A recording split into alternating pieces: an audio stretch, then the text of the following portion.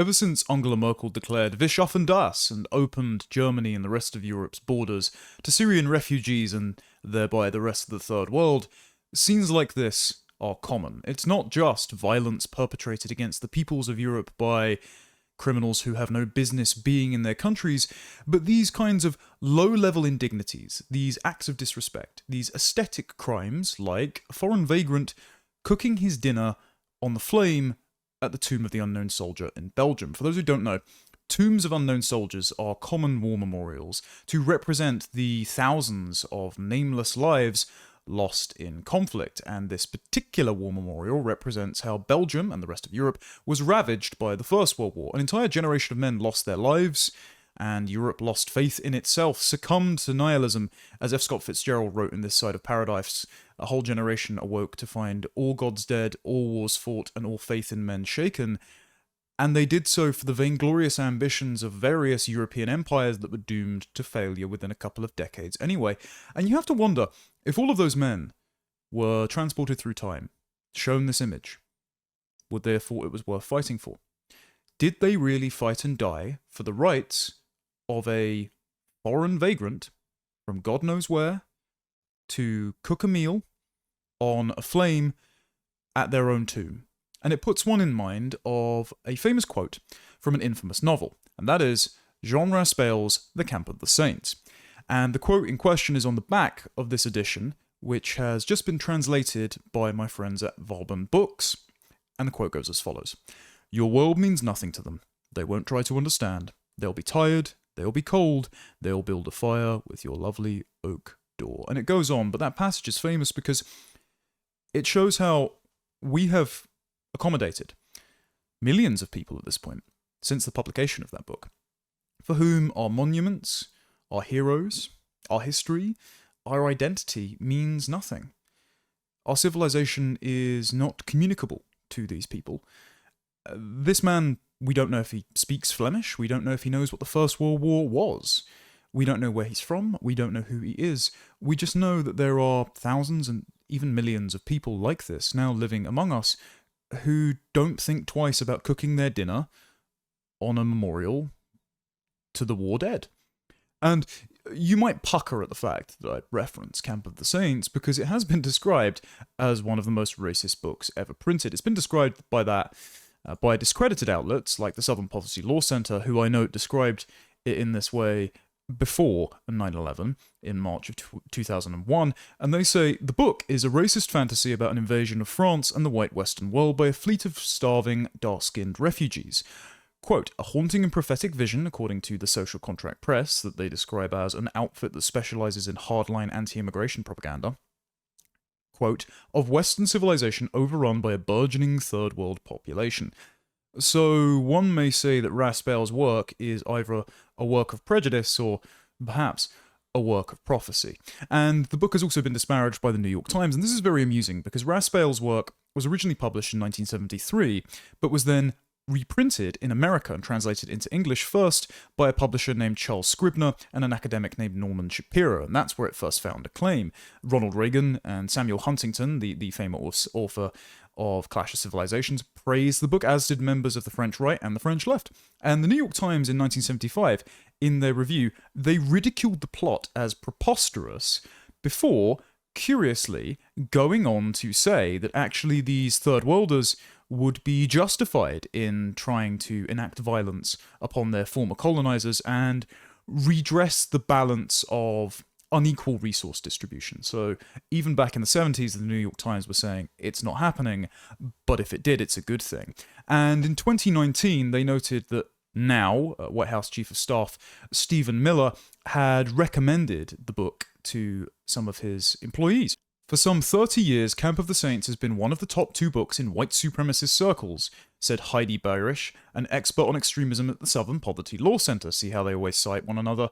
The center leaked emails earlier this month in which the Trump advisor Stephen Miller touted the book to Breitbart staffers as a work with strong parallels to recent waves of migration. Curious for Stephen Miller to be a white supremacist given his grandparents, fled Russian pogroms of Jews in Europe, so Yeah, funny white supremacist, that. Anyway, point being, should you take these outlets' word for it? Is this book one of the most racist books ever written? Well, my friends at Vauban Books have done a new translation. They have published the book for the first time properly in about 50 years, because it's proven very difficult to get a copy of, and I have read it. And what's curious about the book is that Raspail, himself a dissident French Catholic novelist who achieved a level of notoriety for this work, but that was then rendered radioactive by left-wing press ever since, Raspail reserves his most scathing criticisms not for the migrants themselves, who are kind of like unwitting foot soldiers, unconscious change agents of suicidal white leftists in Europe.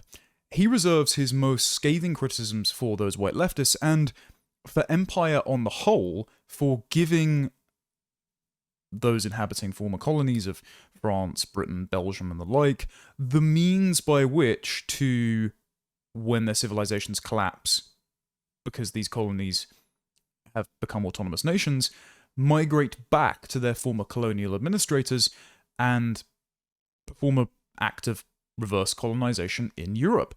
So, yes, it does have some uncharitable, perhaps accurate, descriptions of the deleterious practices that happen in India. So the premise of the book is that 1 million Indian immigrants board a series of old colonial freighters. It's called the Indian Star and the Calcutta Star.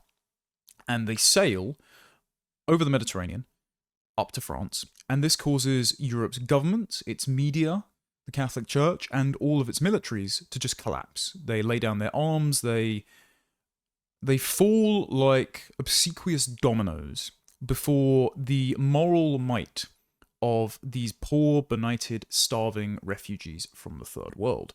And so Europe, because of its liberal universalism, can't mount a defense against this invasion, and it can't even categorize them as invaders. It categorizes them as people to whom the French government actually owes its allegiance, over and above that of the French natives, who will quite literally pay the price for their arrival. And this is considered an apocalyptic moment, remember?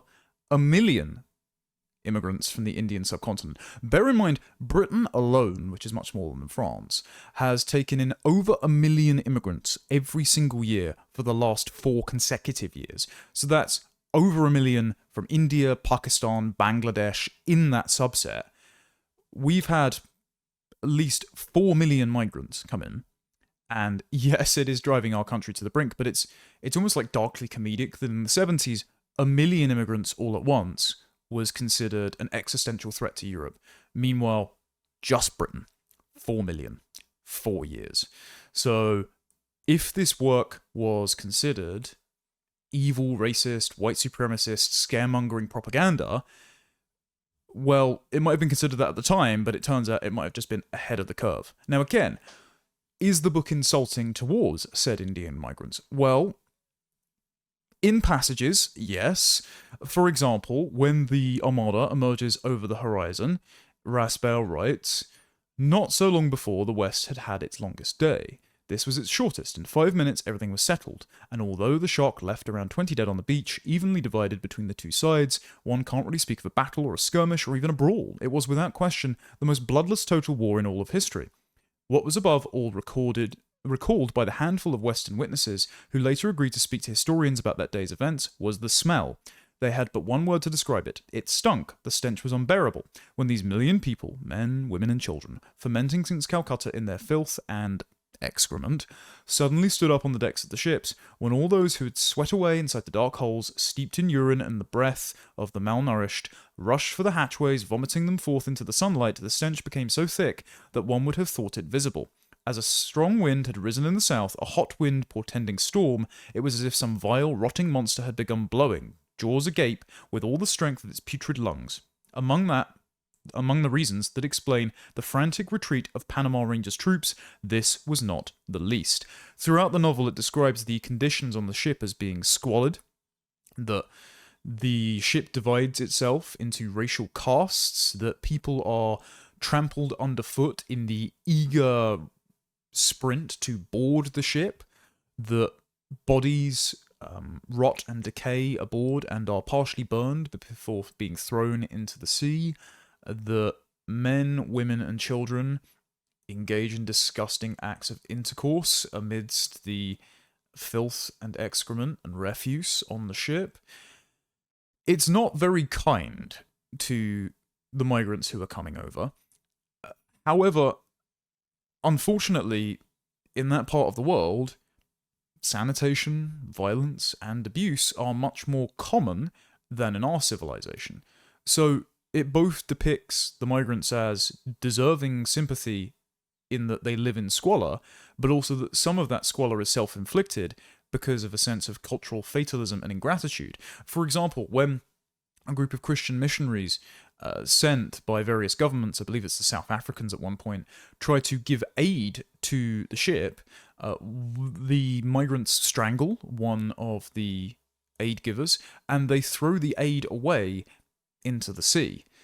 They reject the help from the Europeans and their white colonists in South Africa because they just want to come over and claim the land. And this is made even more present because when they arrive, Raspail describes the migrants as going from hungry and desperate and dreaming of a land of milk and honey to suddenly unlocking some sort of consciousness as conquerors that is latent in their ancestral memory, because, of course, the subcontinent had a history of proud warriors like the Rajput, for example, and even the Sikhs. The Sikhs are a warrior tradition.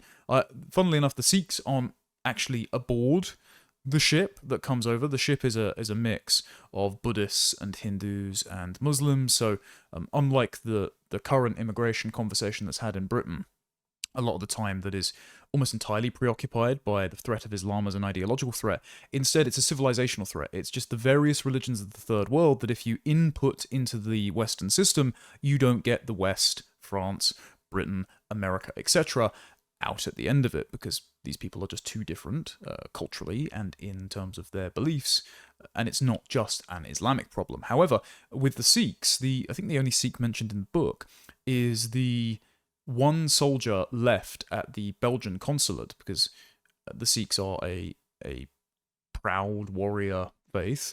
That's why they carry a sword on them at all times to defend themselves against sectarian violence by Muslims and Hindus in the Punjab.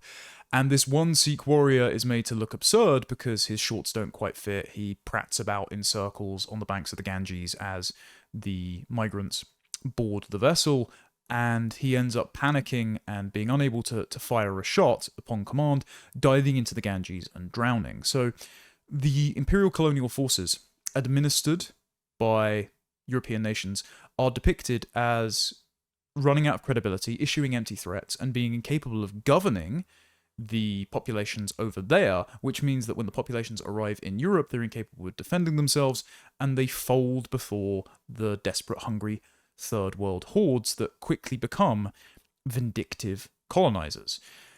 So the other depiction, as I mentioned, is the treatment of their fellow migrants aboard the boat. And this is from the start of the book, where the old professor, who is the first character we're introduced to, is looking out at the invading armada through a telescope. And it says, his eye fixed at the telescope. The first thing he saw were arms. He calculated that the diameter of the circle of the deck carved out by the lens was probably around 10 meters.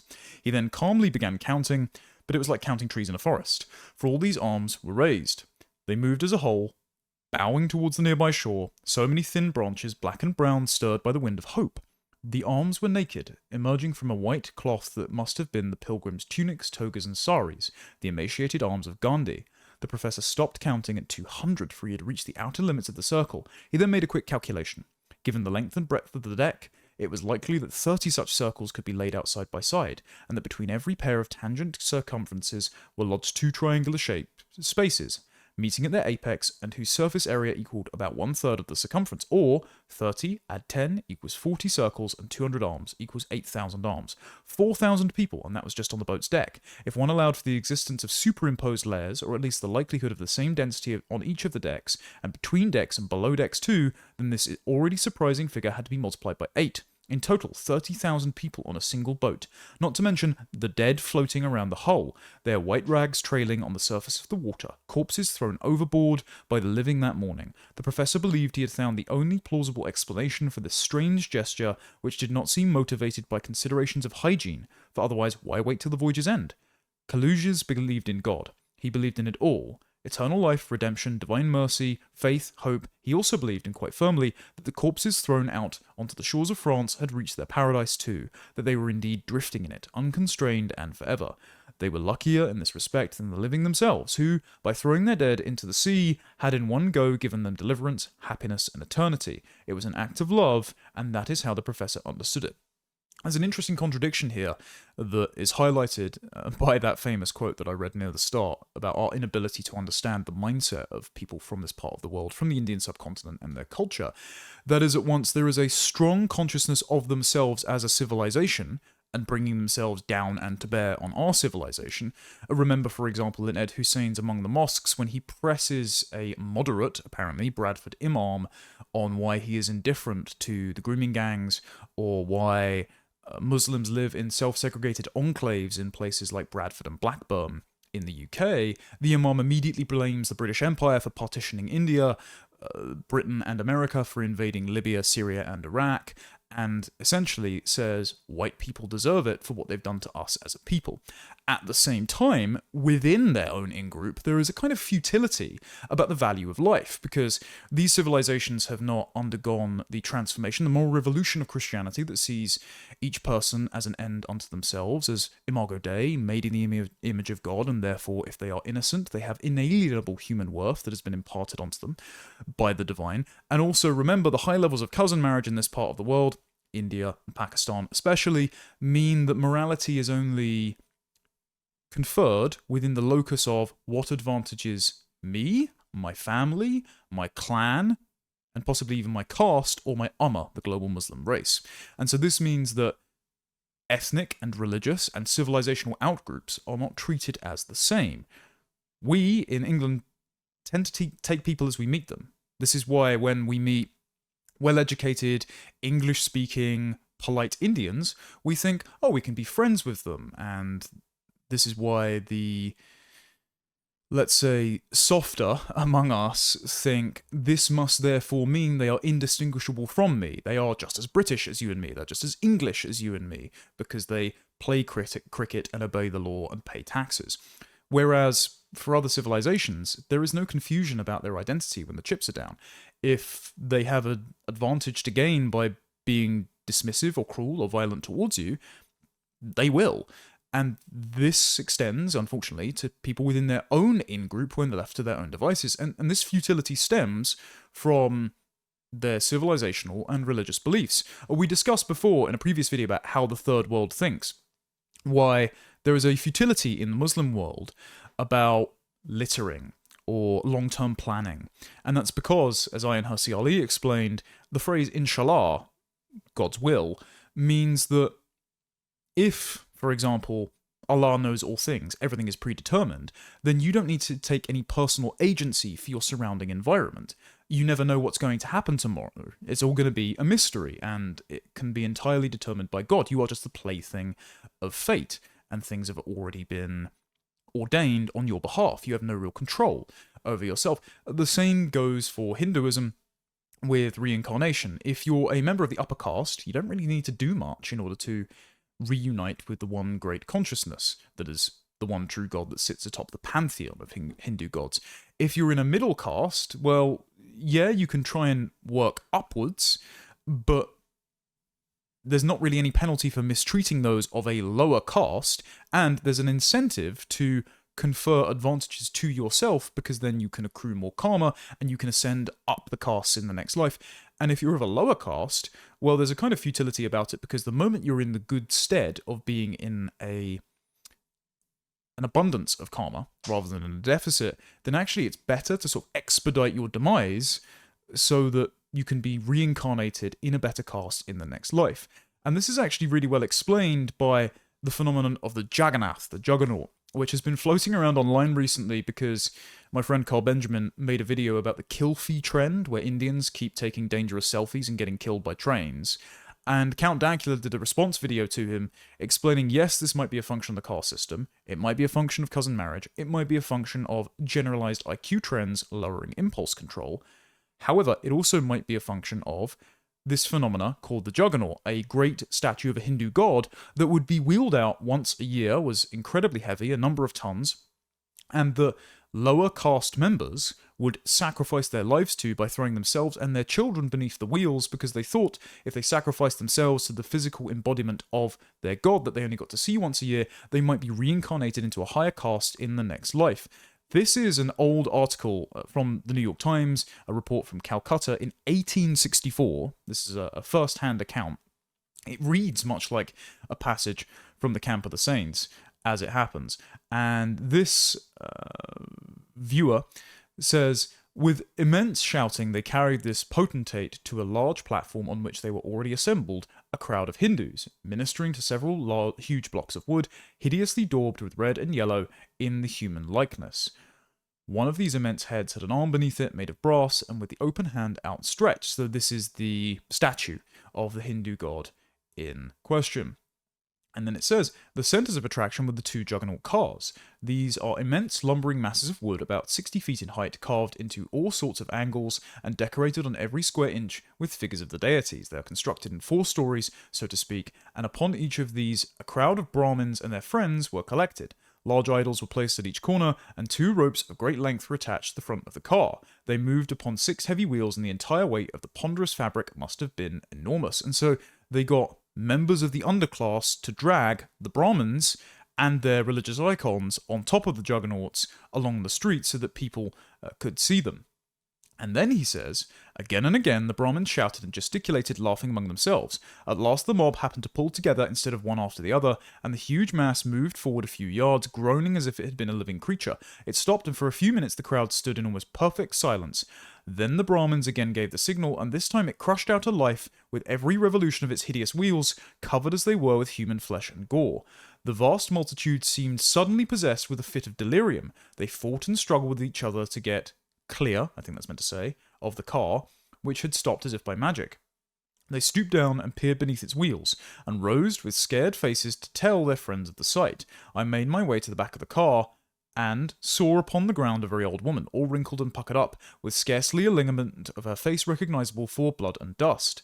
Her right foot was hanging by a thread, the wheels had passed over the centre of her nearly naked body, and a faint quiver of anguish ran through her frame as she seemed to struggle to rise. No one in the crowd offered to move her, or raise her miserable prey head from the ground, but they stood looking on with vacant stares, while the Brahmins from the car gazed down with as much unconcern as could well be written upon a human countenance. The mob cried that there were more under the car, and when I looked beneath it, it seemed as if the wheels were choked with dusky bodies. So, either there is a sacrifice made, and there are many accounts of this sacrifice being made. Count Dankula goes over them in his video.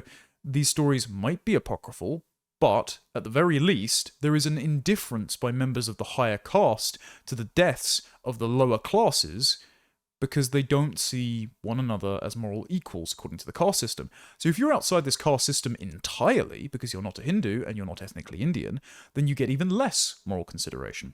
And this explains why, in a, let's say, less violent fashion today, there are Indians who nepotistically hire when they come over to the US and Europe, and they will only employ other Indians, either directly from the motherland or already living in these respective countries. They will pluck directly from the diasporas. This is why Indian foreign policy and economic policy is focused on dispersing their diasporas to all corners of the globe and extracting wealth from wealthier countries like the UK, US, and Europe in the form of remittances. India's economy is highly reliant on remittances sent back to the motherland by their living bridges, a term that both Narendra Modi and former Home Secretary Priti Patel, stewardess of the Boris wave herself, have used. And so, if there is this ethno-nepotism, if there is this sense of supremacy among the upper castes, then that means that we are not speaking the same moral language. And so this does explain why the mad dash in Camp of the Saints that Raspail depicts fictionally has some purchase. It's not just an unfair racist caricature to say that these parts of the world don't have the same regard for life that you or I do. Like, the reason this New York Times reporter was appalled is because he saw the Indians, no matter their caste, no matter their color, no matter their creed, as human beings who should be mourned, whether they were sacrificed or just trampled to death by the wheels of the juggernaut. Whereas the Brahmins themselves didn't really care.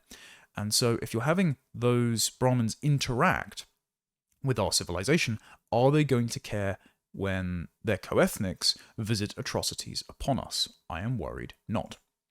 And this happens in the novel as well. So this is the scene as described by a leftist at the Belgian consulate who has led the Indian mob gathering outside the consulate, protesting their hunger, complaining that their children are not being adopted and sent over to Europe when they had raised them to try and be healthy, complaining that they had so many deformed children that were dependent mouths to feed and there was a shortage of food. He leads that congregation to go and board the Indian Star, the Calcutta Star, and float out of the mouth of the Ganges into the sea and then up towards Europe. And he describes the stampede in which the Belgian consulate himself fires off one shot and is then trampled into a bloody pulp on the banks of the Ganges. He describes what happens when the Indians board the ship, and he says, "Under the pier's wooden pilings floated corpses whose undone saris formed a carpet of light on the surface of the black water. A few still struggled, but most had drowned and were quite dead. Some since morning, the others since the night, day or morning before, having dropped from above like the excess fruit of a prolific tree. A very beautiful young woman fell, a dark-skinned goddess. She fell without a noise, upright, her long arms, bare and ringed in gold, held to her sides, and the viscous water of the Ganges soundlessly opened to receive her. A little later, a naked, emaciated old man fell without ever returning to the surface, as did a baby, wriggling like a convulsive little animal that knows it's going to die, and then a couple of intertwined children. From above, no one leant down. No one held out a hand. Why bother?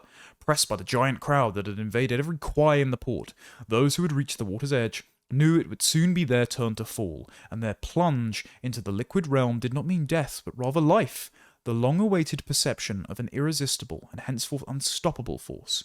Up on the quay, perched on the bed of a little cart, the coprophage was declaiming, the totem monster still stiff as a post on his shoulders. And yet, incredible thing, the monster's eyes had lit up. Indeed, so intense did his gaze become at the words of this new Christ-bearer that the crowd saw nothing else but just stood there, drinking it in. By the dint of his gaze, the words fused the crowd into a sacred whole, penetrating every soul. Here is what the coprophage said.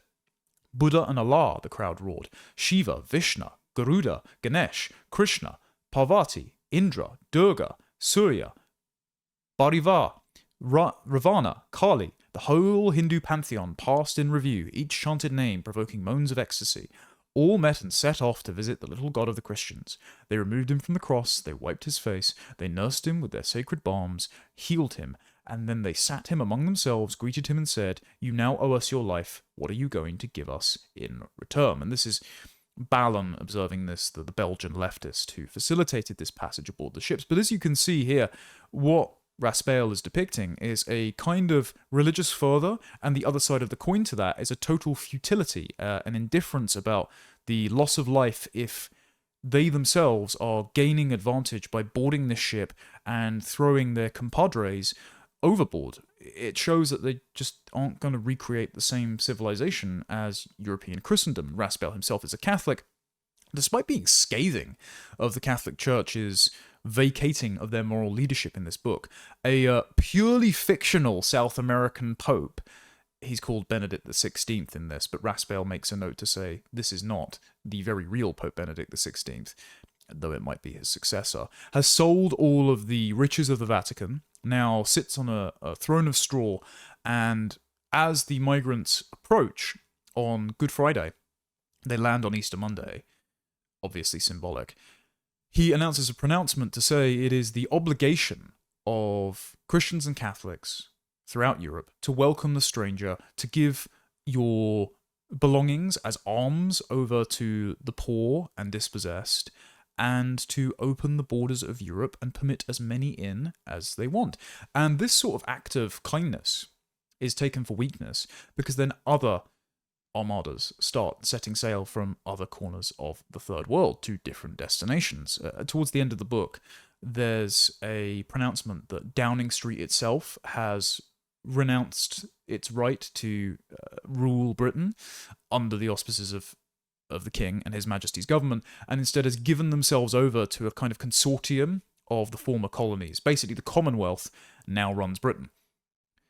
Again, is this a racist fiction? Or, given the Islamic network that now runs the Home Office, given Rishi Sunak was installed as a Prime Minister and championed by Indian press as an Indian sun rises over the empire, is it racist? Or is it slightly disparaging, but ahead of its time? And again, all of this is very radioactive to say, but I think Raspail basically committed the sin of being slightly rude, but basically right far too early. And the most scathing condemnation is for that church, is for those Western leaders who are mired in committees and prove impotent and indecisive. That the French president goes on television and falters when he's about to tell the military to fire on the invading ships, and this is taken as a white flag of surrender, the ultimate resignation of the European peoples to exercise sovereignty over their own homelands. And so the migrants just come in and invade as they please. And this is best summed up, actually, by Balan himself. So Balan is overrun in the following chapter, and when they are all boarding, Balan is thrown overboard. It says, as they were moved away, a sort of carnal bond was broken, and Balan was once again just another wight, spurned by all, those who knew him and those who did not. Balan struggled to force his way into the flood tide of closely packed bodies going up one of the gangways. The flood tide became a wall spiked with broken glass. From out of the wall were thrust arms, clenched fists, claws, snarling teeth. Balan clung to saris, grabbed hold of legs, was immediately shaken loose. One of his eyes closed under a fist. Blood streamed down his mangled face and into his mouth. It was at this moment that he very clearly heard himself utter these words: "Lord, forgive them, for they know not what they do." Having said this, he opened his hand, releasing the smooth calf around which it had been clenched halfway up the gangway, and felt himself falling, the feel of alien flesh still in his palm.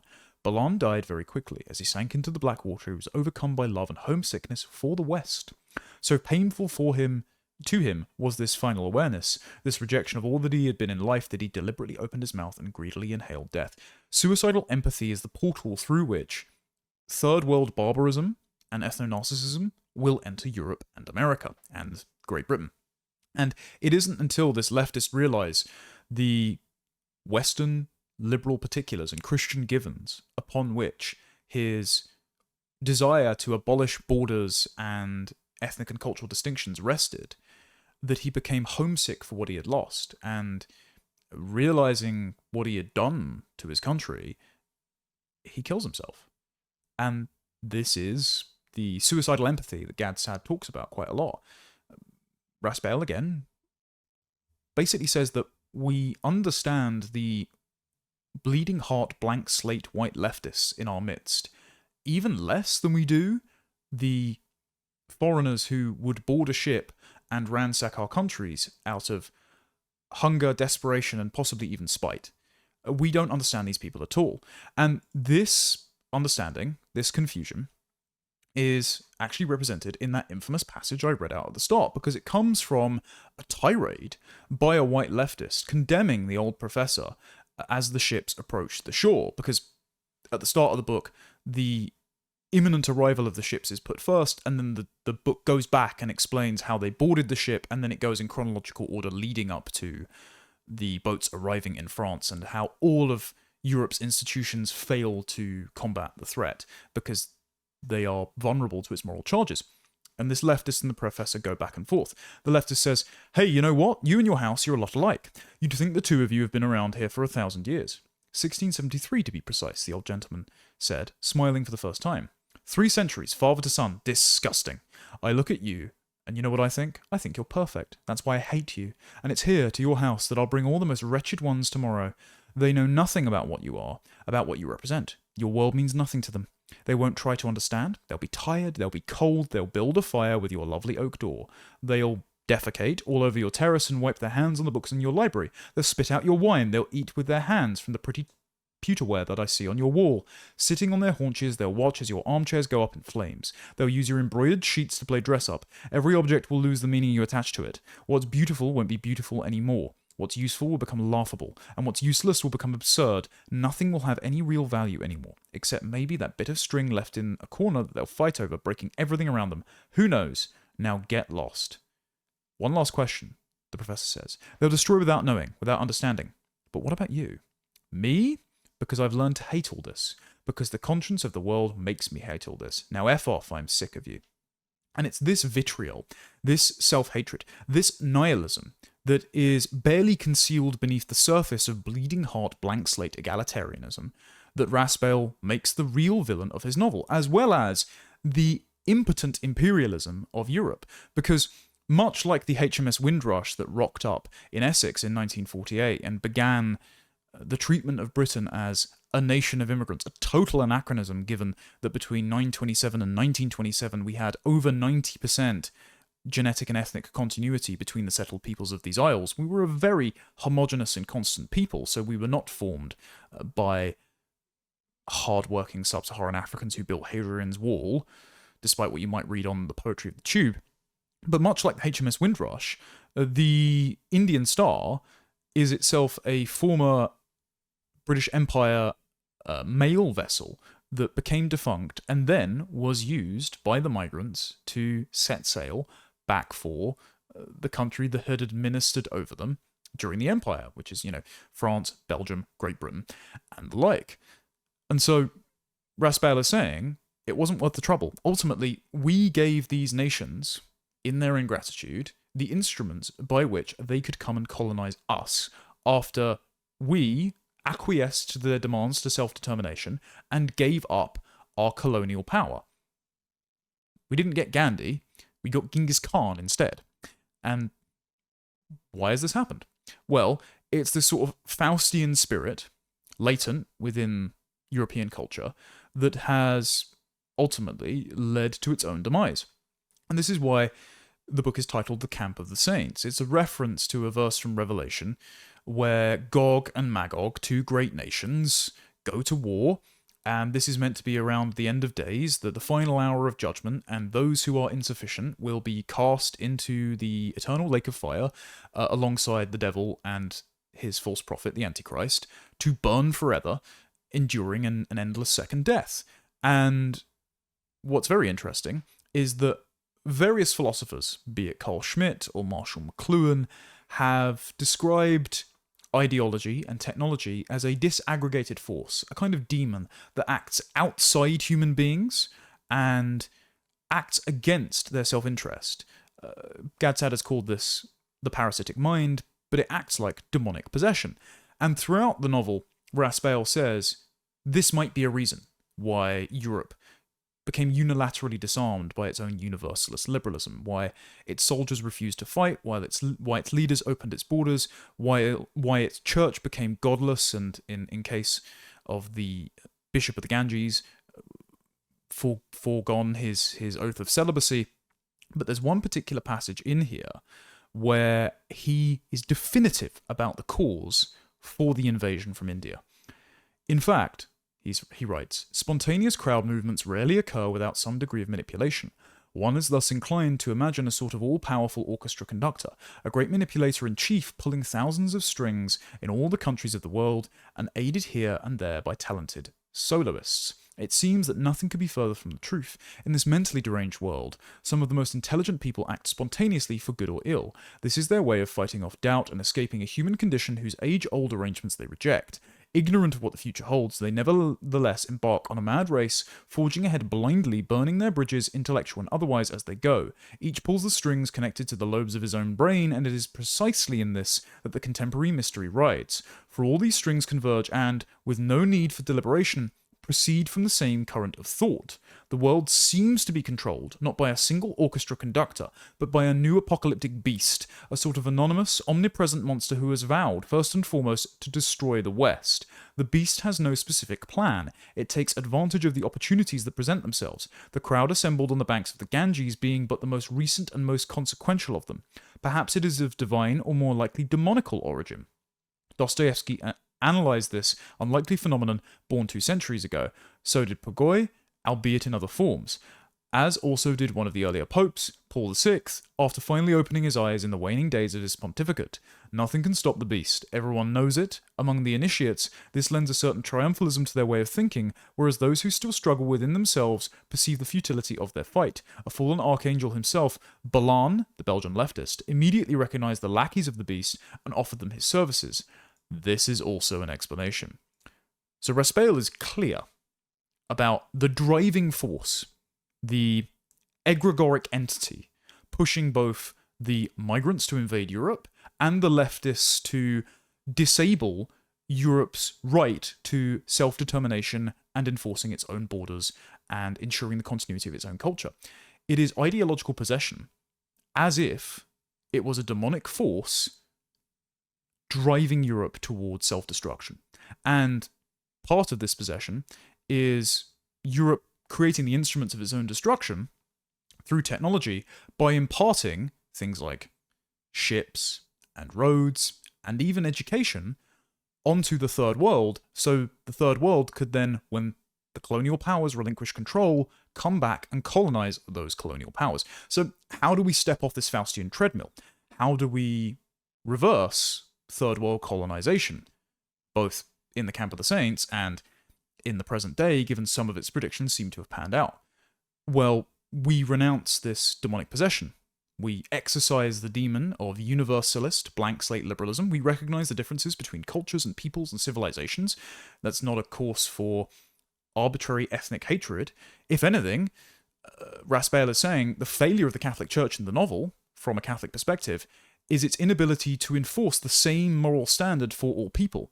It is far more permissive to the ignorant, hungry masses of the Third World and makes unreasonable demands of we enlightened white European Christian liberals who must open our arms, our hearts, our homes to all of these people just because they are defined as an oppressed class. And so, what it means is abandoning the ambition to build a Tower of Babel that houses all people under one common culture and language, because it is impossible, because it is against nature, because it will lead to preventable atrocities, and ultimately, you will not build a Tower of Babel, you will instead build a Belgium where foreign vagrants cook their meals on the tombs of your soldiers, not knowing who they were and which civilization they died for.